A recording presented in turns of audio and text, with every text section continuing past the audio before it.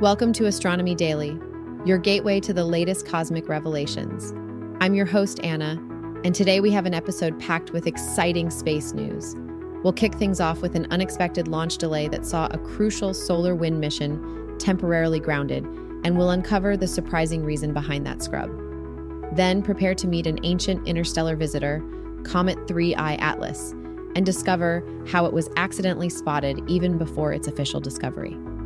Finally, we'll provide practical tips for safely observing and photographing our very own star, the dynamic sun. Let's dive in. Let's start by delving into some recent launch news, specifically a SpaceX Falcon 9 scrub at Vandenberg Space Force Base that caught many off guard. What initially looked like a straightforward hold turned out to be a bit more complex. SpaceX was all set to launch tracers, NASA's latest mission to study solar wind and its impact on Earth, from Vandenberg's SLC-4E. The booster was even planning a return to launch site landing. Everything seemed to be going smoothly in the final countdown, right up until the hold call came in, indicating the launch was paused and, for Falcon 9, scrubbed for the day. The initial announcement cited FAA airspace concerns, which isn't entirely uncommon, as a range can go red if a boat or plane enters the exclusion zone. However, this time the reason was far more unusual.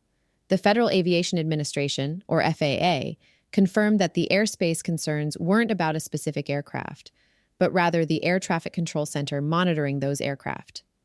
This particular center, the LAARTC, is responsible for a massive flight information region covering Southern California, where Vandenberg is located, along with parts of Nevada, Utah, and Arizona.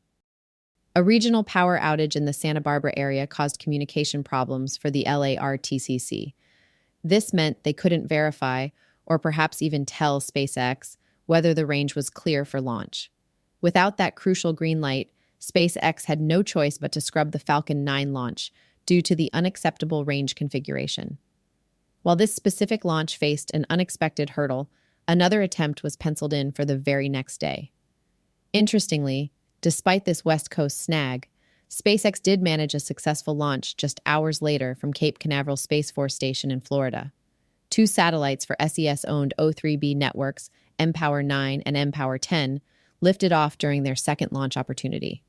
This particular Florida launch had its own set of challenges, as its first attempt the previous day was also scrubbed, though that was due to weather conditions rather than range issues. It just goes to show the dynamic and often unpredictable nature of space operations, with various factors from power outages to weather playing a role in getting these missions off the ground.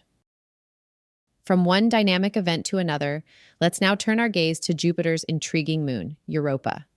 New observations from the James Webb Space Telescope are painting a vivid and frankly quite chaotic picture of its icy shell, revealing it to be a dynamic world far from frozen in time.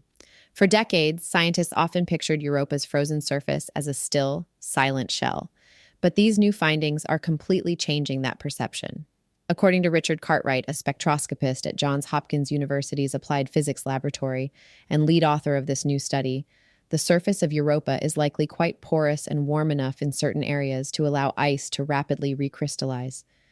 This suggests a level of activity we hadn't fully appreciated. Even more exciting is what this surface activity reveals about Europa's subsurface ocean, regions known as chaos terrains, highly disrupted areas where blocks of ice appear to have broken off, drifted, and then refrozen, are proving to be incredibly valuable. They act as potential windows into Europa's mysterious interior, hinting at ongoing geological processes. The study specifically focused on two regions in Europa's southern hemisphere, Terra Regio and Pauis Regio.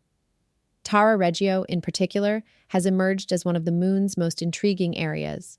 The Webb telescope's observations detected crystalline ice not just on the surface, but also deeper below, which challenges previous assumptions about how ice is distributed on Europa. By measuring the spectral properties of these chaos regions using remotely sensed data, scientists are gaining crucial insights into Europa's chemistry and, significantly, its potential for habitability. Ujjwal Raut, program manager at the Southwest Research Institute and a co-author of the study, emphasized that their data strongly suggests that what they are observing must be sourced from the interior, possibly from a vast subsurface ocean nearly 20 miles or 30 kilometers beneath Europa's thick, icy shell. To better understand this, Rout and his team conducted laboratory experiments. They studied how water freezes on Europa, where the surface is constantly bombarded by charged particles from space. Unlike Earth, where ice naturally forms a hexagonal crystal structure, Europa's intense radiation disrupts this, causing it to become amorphous ice, a disordered, non-crystalline form.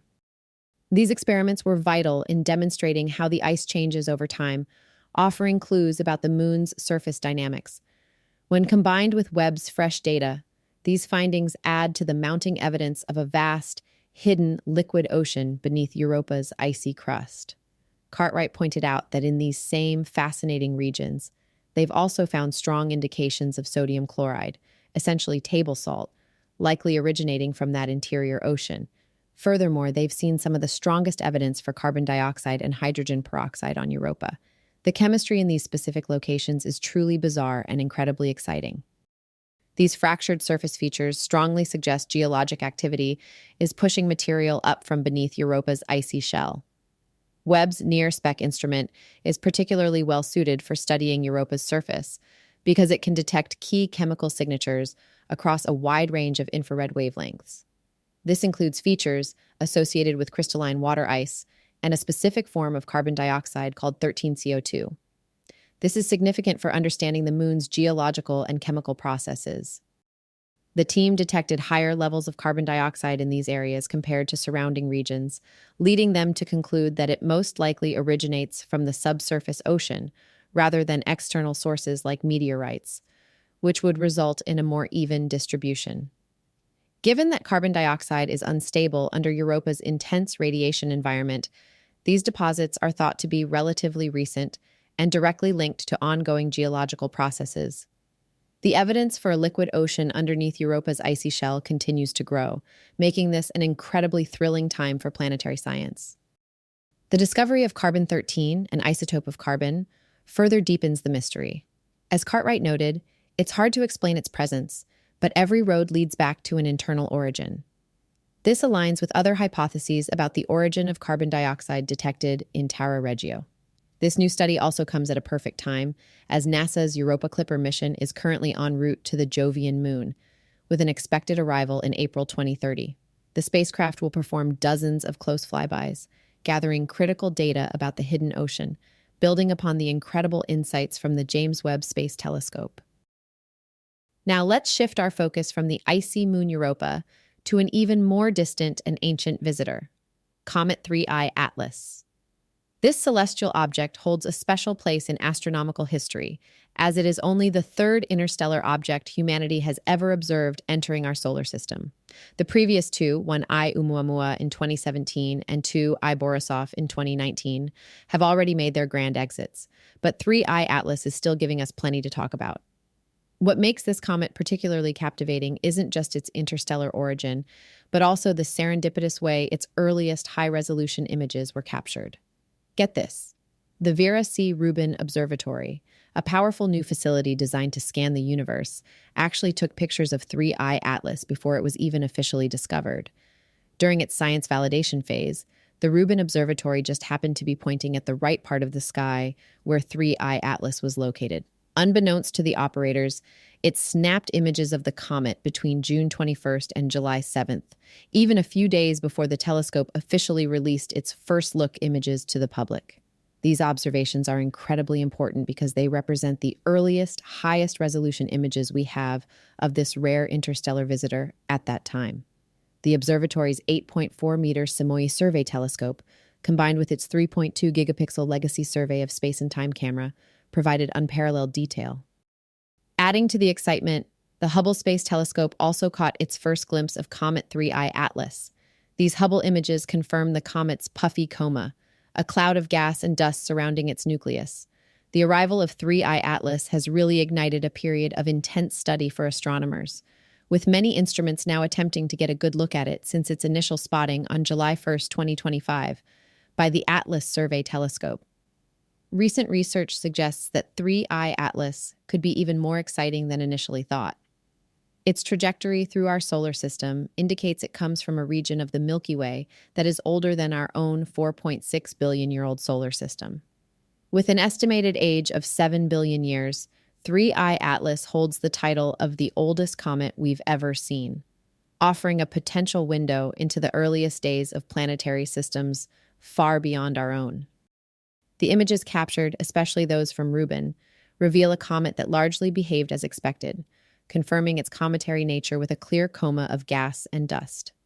Interestingly, the apparent size of its coma grew by about 58% during the observation period as it continued to approach the sun. But here's where it gets truly unique. It had a sunward-pointing tail.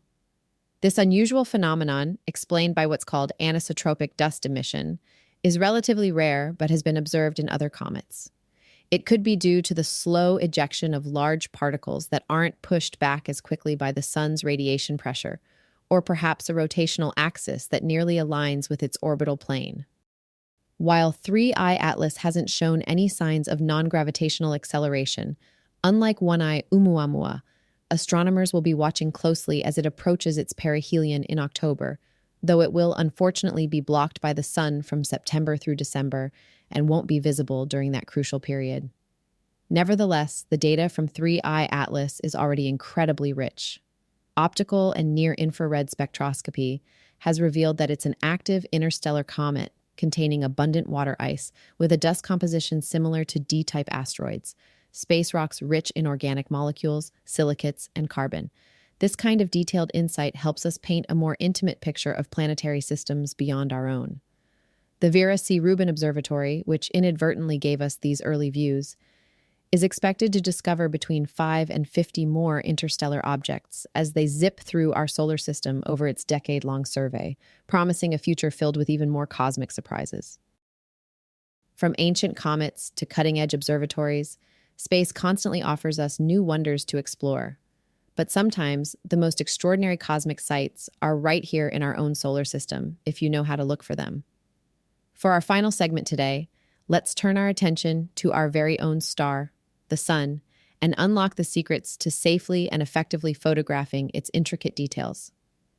Most of us have probably taken a picture of the rising or setting sun, but those images typically show an overexposed ball of light. That's because even with the lowest camera settings, the sun's surface is simply too bright for standard photography gear to resolve any detail.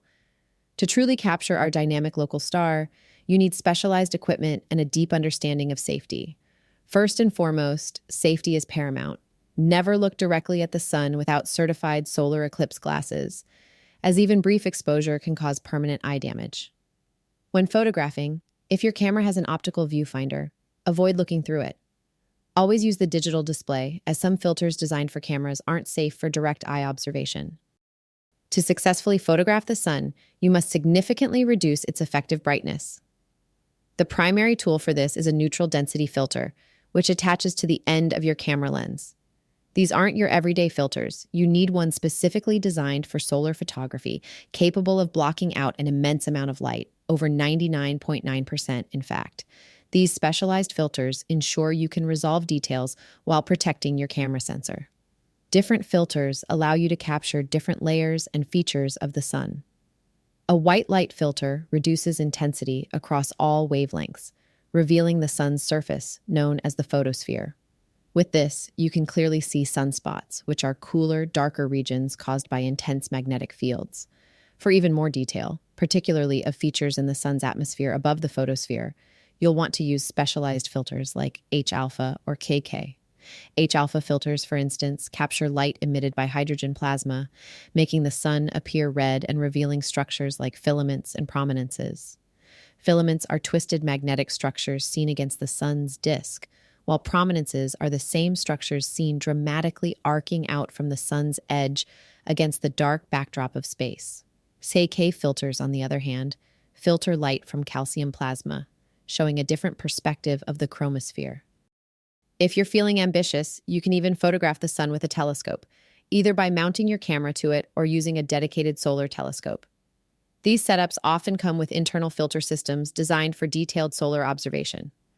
By experimenting with these various filters and understanding their unique capabilities, you can move beyond the simple overexposed disk and capture the true, ever-changing nature of our star, revealing its fascinating sunspots, fiery prominences, and intricate filaments. Again, a final reminder, always think safety first and never look directly at the sun.